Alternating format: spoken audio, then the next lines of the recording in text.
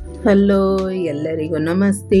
Smita Ravindra channel ಕಡೆಯಿಂದ ನಿಮಗೆ ಸ್ವಾಗತ. ಬನ್ನಿ, ಇವತ್ತು ನಾಟಿ ಥರ ಪಲಾವ್ ಮಾಡ್ತಾ ಇದ್ದೀನಿ. ಬ್ರೆಡನ್ನು ರೋಸ್ಟ್ ಮಾಡಿ ನಾಟಿ ಪಲಾವ್ ಮಾಡೋದು ಹೇಗಂತ ಹೇಳ್ತೀನಿ. ಮನೆಗೆ ತುಂಬ ರುಚಿಕರವಾದ ಟೇಸ್ಟಿಯಾದ ಮಾಡಬಹುದು. ಫಸ್ಟು ನಾನು 4 ಪೀಸ್ ಬ್ರೆಡನ್ನು ತೊಗೊಂಡಿದ್ದೀನಿ. ಅದನ್ನು ಪೀಸ್ ಮಾಡ್ತಾಯಿದ್ದೀನಿ. ಚಿಕ್ಕ ಚಿಕ್ಕ ತುಂಡುಗಳ ಮಾಡ್ತಾ ಇದ್ದೀನಿ. ಚಿಕ್ಕ ಚಿಕ್ಕ ಪೀಸ್ನ ಮಾಡ್ತಾ ಇದ್ದೀನಿ. ಬ್ರೆಡನ್ನು ಪೀಸ್ ಮಾಡಿ ಇಟ್ಕೊಂಡಿದ್ದೀನಿ. ಸೈಡಲ್ಲಿ ಇಟ್ಕೊಂಡಿದ್ದೀನಿ. ನೋಡಿ, ಈ ಥರ ಪೀಸ್ ಮಾಡಿ ಇಟ್ಕೊಂಡಿದ್ದೀನಿ. ಹಾಗೆ ಒಂದು ಬನಾಲಿಯಲ್ಲಿ ಎಣ್ಣೆ ಹಾಕಿಬಿಟ್ಟು ಸ್ವಲ್ಪನ ಬ್ರೆಡನ್ನ ರೋಸ್ಟ್ ಮಾಡ್ತಾ ಇದ್ದೀನಿ. ಬ್ರೌನಿಷ್ ಕಲರ್ ಬರಬೇಕು. ಚೆನ್ನಾಗಿ ಬ್ರೆಡನ್ನು ರೋಸ್ಟ್ ಮಾಡ್ತಾ ಇದ್ದೀನಿ. ನೋಡಿ, ಈ ಥರನೇ ರೋಸ್ಟ್ ಮಾಡಬೇಕು ಎಣ್ಣೆ ಹಾಕಿ. ಇಲ್ಲಾಂದರೆ ನೀವು ಬೇಕಾದ್ರೆ ತುಪ್ಪನೂ ಹಾಕ್ಬೋದು, ತುಪ್ಪ ಇಷ್ಟ ಇದ್ದರು. ನಾನು ಸ್ವಲ್ಪ ಎಣ್ಣೆ ಹಾಕಿದ್ದೀನಿ. ಎಣ್ಣೆಯಲ್ಲಿ ರೋಸ್ಟ್ ಮಾಡ್ತಾ ಇದ್ದೀನಿ ಬ್ರೆಡನ್ನು.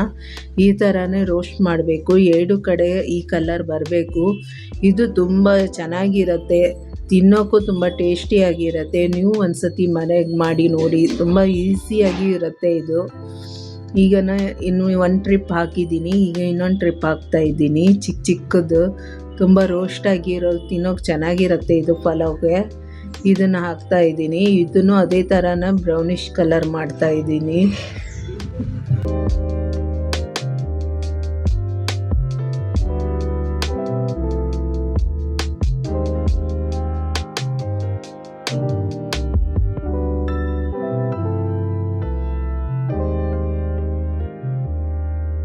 ಈ ಥರನೇ ಇರಬೇಕು ಕಲ್ಲರು. ನೋಡಿ, ಇದು ತುಂಬ ಚೆನ್ನಾಗಿರುತ್ತೆ. ಜಾಸ್ತಿ ಇದು ಮಾಡಬಾರ್ದು, ಇಷ್ಟೇ ಇರಬೇಕು ಇದು ಕಲ್ಲರು.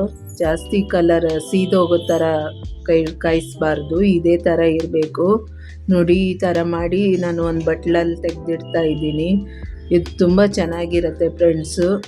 ಮಕ್ಕಳು ತುಂಬ ಇಷ್ಟಪಟ್ಟು ತಿಂತಾರೆ ಈ ಥರ.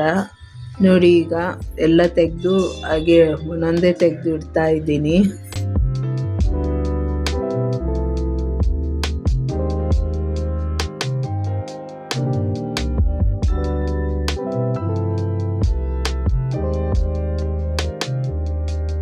ಇದನ್ನು ರೋಸ್ಟ್ ಮಾಡಿ ಆಯಿತು. ಇವಾಗ ಇದನ್ನು ತೆಗೆದು ಒಂದು ತಟ್ಟೆಯಲ್ಲಿ ಹಾಕಿ ಸೈಡಲ್ಲಿ ಇಟ್ಬಿಡ್ತೀನಿ.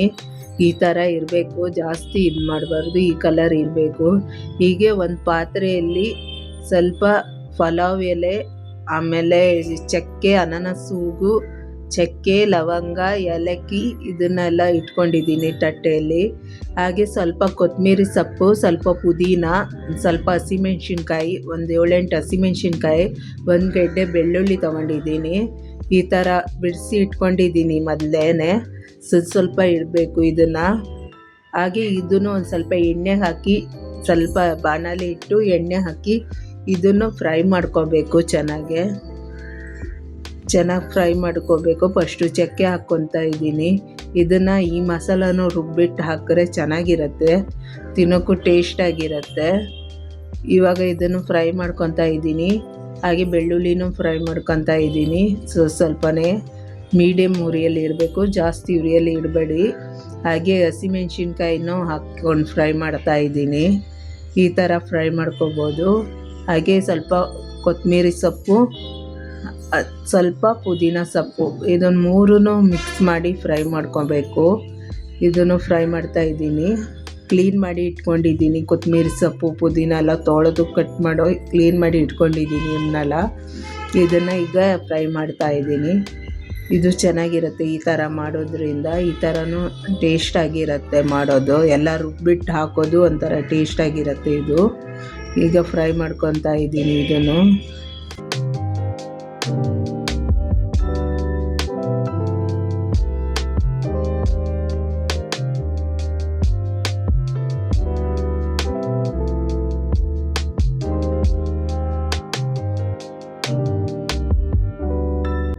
ಈ ಥರನೇ ಫ್ರೈ ಮಾಡ್ಕೋಬೇಕು. ನೋಡಿ, ಅಷ್ಟೊಂದು ಇದ್ದಿತ್ತು, ಇಷ್ಟೊಂದು ಆಯಿತು. ಇವಾಗ ಫ್ರೈ ಮಾಡ್ಕೊತಾ ಇದ್ದೀನಿ. ಇವಾಗ ನೋಡಿದ್ರೆ ಈ ಥರ ಆಗುತ್ತೆ. ಇದು ತುಂಬ ಟೇಸ್ಟಿಯಾಗಿರುತ್ತೆ. ನೋಡಿ, ಈ ಥರ ಫ್ರೈ ಮಾಡಬೇಕು. ಚೆನ್ನಾಗಿ ಬಾಡಿಸ್ಬೇಕು. ಇದನ್ನು ಬಾಡಿಸಿದ ನಂತರ ಇದು ತುಂಬ ಟೇಸ್ಟಾಗಿರುತ್ತೆ ಈ ಥರ ಮಾಡೋದ್ರಿಂದ. ಇವಾಗ ಇದನ್ನು ತೆಗೆದು ಸೈಡಲ್ಲಿ ಇಟ್ಟಿರ್ತೀನಿ. ಇದು ತಣ್ಣಗಾದ ನಂತರ ಮಿಕ್ಸಿ ಜಾರಲ್ಲಿ ರುಬ್ಕೋಬೇಕು. ಸೈಡಲ್ಲಿ ಇಡ್ತೀನಿ ಇವಾಗ.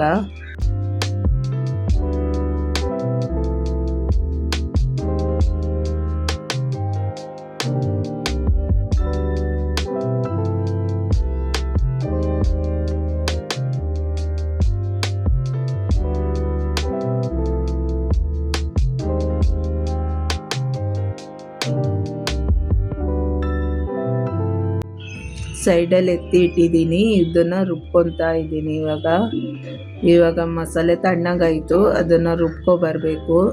ಇದು ಎಲ್ಲ ರುಬ್ಬಿ ಹಾಕೋದ್ರಿಂದ ಚೆನ್ನಾಗಿರುತ್ತೆ. ಚಕ್ಕೆ, ಲವಂಗ, ಪಲಾವ್ ಎಲೆ ಮತ್ತು ಇದು ಅನಾನಸು ಇದನ್ನೆಲ್ಲ ರುಬ್ಬಿ ಹಾಕೋದ್ರಿಂದ ಚೆನ್ನಾಗಿರುತ್ತೆ. ಹಾಗೆ ಸ್ವಲ್ಪ ನೀರನ್ನು ತೊಳೆದು ಹಾಕ್ತಾಯಿದ್ದೀನಿ. ಇದು ರುಬ್ಕೊಬರಬೇಕು. ಚೆನ್ನಾಗಿರುತ್ತೆ ಈ ಥರ ಮಾಡೋದ್ರಿಂದ. ನೋಡಿ ರುಬ್ಕೊಬಂದೆ ಇವಾಗ ಅದನ್ನು ತೆಗೆದು ಸೈಡಲ್ಲಿ ಇಡ್ತೀನಿ. ಹಾಗೆ ನಾನು ಬೀನ್ಸ್, ಕ್ಯಾರೆಟು, ಬಟಾಣಿ ಮತ್ತು ಒಂದು ಗೆಡ್ಡೆಕೋಸು ಅದನ್ನೆಲ್ಲ ಕಟ್ ಮಾಡಿ ಇಟ್ಕೊಂಡಿದ್ದೀನಿ. ಈರುಳ್ಳಿನೂ ಅಷ್ಟೇ, 2 ಈರುಳ್ಳಿ ಚಿಕ್ಕದು ತೊಗೊಂಡಿದ್ದೀನಿ, ಅದನ್ನು ಕಟ್ ಮಾಡಿ ಇಟ್ಕೊಂಡಿದ್ದೀನಿ. 1 ಟೊಮೆಟೊ ತೊಗೊಂಡಿದ್ದೀನಿ, ಸ್ವಲ್ಪ ಗೋಡಂಬಿ ತೊಗೊಂಡಿದ್ದೀನಿ. ಈಗ ಒಂದು ಕುಕ್ಕರ್ ಪಾತ್ರದಲ್ಲಿ ಸ್ವಲ್ಪ ಎಣ್ಣೆ, ಸ್ವಲ್ಪ ತುಪ್ಪ ಹಾಕ್ಕೊಂಡಿದ್ದೀನಿ. ಇವಾಗ ಅದನ್ನೆಲ್ಲ ಫ್ರೈ ಮಾಡ್ಕೋಣ ಅಂತ ಈ ಥರ ಮಾಡ್ಕೋಬೇಕು. ಫಸ್ಟು ಕುಕ್ಕರ್ ಸ್ವಲ್ಪ ಇಟ್ಟು ಅದನ್ನು ಕಾಯಿಸಿದ ನಂತರ ಇವಾಗ ಈರುಳ್ಳಿ ಹಾಕ್ಕೊಂಡು ಫ್ರೈ ಮಾಡ್ಕೊತಿದ್ದೀನಿ. ಫಸ್ಟ್ ಈರುಳ್ಳಿನ ಚೆನ್ನಾಗಿ ಫ್ರೈ ಮಾಡ್ಕೊಳ್ಳೋಣ.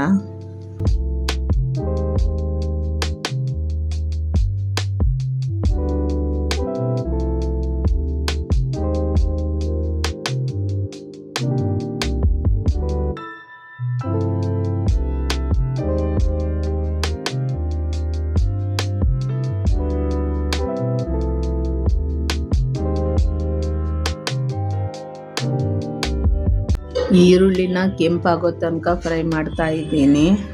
ಇದು ಚೆನ್ನಾಗಿರುತ್ತೆ ಈ ಥರ ಮಾಡೋದು. ಮತ್ತು ನಾನು ಅದು ರುಬ್ಬಿರೋ ಮಸಾಲೆಗೆ ಶುಂಠಿ ಹಾಕಿಲ್ಲ. ನೀವು ಬೇಕಾದ್ರೆ ಒಂದು ಚಿಕ್ಕ ಶುಂಠಿ ಹಾಕ್ಕೋಬೋದು. ನಾನು ಹಾಕಿಲ್ಲ, ಅದು ಕೈ ಅಂಶ ಬರುತ್ತಂತ ಹಾಕಿಲ್ಲ. ನೀವು ಬೇಕಾದ್ರೆ ಹಾಕ್ಕೋಬೋದು. ಇವಾಗ ಈರುಳ್ಳಿನ ರುಬ್ಕೊಂಡು ಈರುಳ್ಳಿನ ಫ್ರೈ ಮಾಡಿಕೊಂಡು ಇವಾಗ ಅರಿಶಿನ ಪೌಡರ್ ಹಾಕ್ತಾಯಿದ್ದೀನಿ. ಸ್ವಲ್ಪ ಒಂದು 1/4 ಸ್ಪೂನ್ ಅರಿಶಿನ ಪೌಡರ್ ಹಾಕಿದ್ದೀನಿ.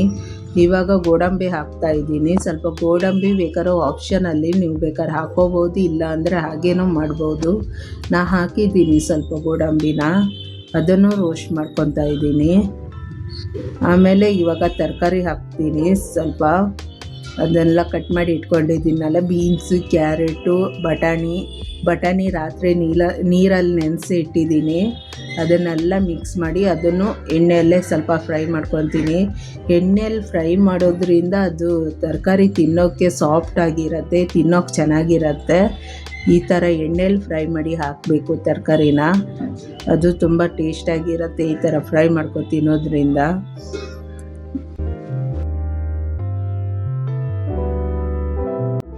ಇವಾಗ ಟೊಮೆಟೊನ ಹಾಕ್ತಾಯಿದ್ದೀನಿ. 1 ಟೊಮೆಟೊ ತೊಗೊಂಡಿದ್ದೀನಲ್ಲ, ಅದನ್ನು ಫ್ರೈ ಮಾಡ್ಕೊತಾ ಇದ್ದೀನಿ. ತುಂಬ ಈಸಿಯಾಗಿರುತ್ತೆ ಇದು, ಬೇಗನೆ ಮಾಡ್ಬೋದು ಇದು ಪಲಾವ್ನ. ಇನ್ನು ಮಕ್ಕಳಿಗೆ ಟಿಫನ್ ಬಾಕ್ಸಿಗೆಲ್ಲ ಚೆನ್ನಾಗಿರುತ್ತೆ ಇದು. ಹಾಗೆ ಸ್ವಲ್ಪ ಉಪ್ಪು ಹಾಕ್ತಾಯಿದ್ದೀನಿ. ಉಪ್ಪನ್ನು ಹಾಕಿ ಮಿಕ್ಸ್ ಮಾಡ್ತೀನಿ. ಇದನ್ನು ನಮ್ಮ ರುಚಿಗೆ ಎಷ್ಟು ಬೇಕೋ ಅಷ್ಟು ಉಪ್ಪು ಹಾಕ್ತಾಯಿದ್ದೀನಿ. ಉಪ್ಪು ನೋಡ್ಕೊಬೋದು, ಉಪ್ಪು ಹಾಕಿದ್ದೀನಿ. ಇವಾಗ ಉಪ್ಪು ಹಾಕ್ಕೊಂಡು ಅದನ್ನು ಫ್ರೈ ಮಾಡ್ಕೊತಾ ಇದ್ದೀನಿ. ಚೆನ್ನಾಗಿ ಫ್ರೈ ಮಾಡ್ಕೋಬೇಕು ಈ ಥರ.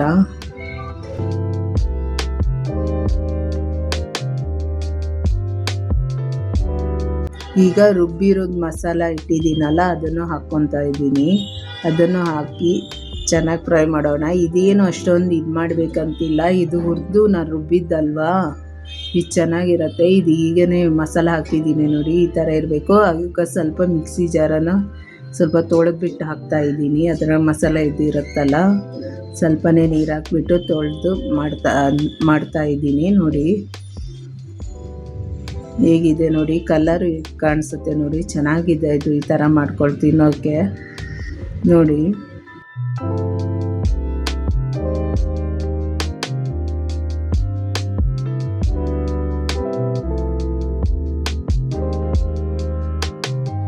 ನಾವು ಯಾವ ಗ್ಲಾಸಲ್ಲಿ ಅಕ್ಕಿ ತೊಗೊತೀವಿ ಅದೇ ಗ್ಲಾಸಲ್ಲಿ ನೀರು ಹಾಕ್ತಾ ಇದ್ದೀನಿ ನಾನು. ಒಂದು ಗ್ಲಾಸಿಗೆ ಒಂದು ಗ್ಲಾಸ್ ಅಕ್ಕಿ ತೊಗೊಂಡಿದ್ದಕ್ಕೆ 2 ಗ್ಲಾಸ್ ನೀರು ಹಾಕ್ತಾ ಇದ್ದೀನಿ. ಇದನ್ನು ಈ ಥರ ಮಾಡೋದ್ರಿಂದ ಚೆನ್ನಾಗಿರುತ್ತೆ. ನಾನು 3 ಗ್ಲಾಸ್ ಅಕ್ಕಿ ತೊಗೊಂಡಿದ್ದೀನಿ ಚಿಕ್ಕ ಗ್ಲಾಸಲ್ಲಿ. ಅದೇ 3 ಗ್ಲಾಸಲ್ಲಿ ನಾನು ಒಂದು 5 ಗ್ಲಾಸು ನೀರು ತೊಗೊಂಡಿದ್ದೀನಿ ಸಾಕು. ಅಂದರೆ 3 ಗ್ಲಾಸ್ ಅಕ್ಕಿ ತೊಗೊಂಡಿದ್ದೀನಿ, 6 ಗ್ಲಾಸ್ ನೀರು ಹಾಕಬೇಕು. ನಾನು 5 ಗ್ಲಾಸ್ ಹಾಕಿದ್ದೀನಿ, ಯಾಕಂದರೆ ನಾವು ರುಬ್ಬಿರೋ ಮಸಾಲದಲ್ಲೆಲ್ಲ ನೀರು ಇದ್ದಿರತ್ತಲ್ಲ, ಅದಕ್ಕೆ ಸ್ವಲ್ಪ ನೀರು ಕಮ್ಮಿ ಹಾಕಿದ್ದೀನಿ. ಹಾಗೆ ಅಕ್ಕಿ ಇಟ್ಕೊಂಡಿದ್ದೀನಿ, ಅಕ್ಕಿನ ಹಾಕ್ತಾಯಿದ್ದೀನಿ. ನೀರು ಕುದಿ ಬಂದ ನಂತರ ಅಕ್ಕಿ ಹಾಕಬೇಕು, ಫಸ್ಟೇ ಹಾಕಬೇಡಿ ಅಕ್ಕಿನ. ಈ ಥರ ನೀರು ಕುದಿ ಬಂದ ನಂತರ ಅಕ್ಕಿ ಹಾಕ್ತಾಯಿದ್ದೀನಿ. ಇದನ್ನು ಇವಾಗ ಇದು ಮಾಡಬೇಕು.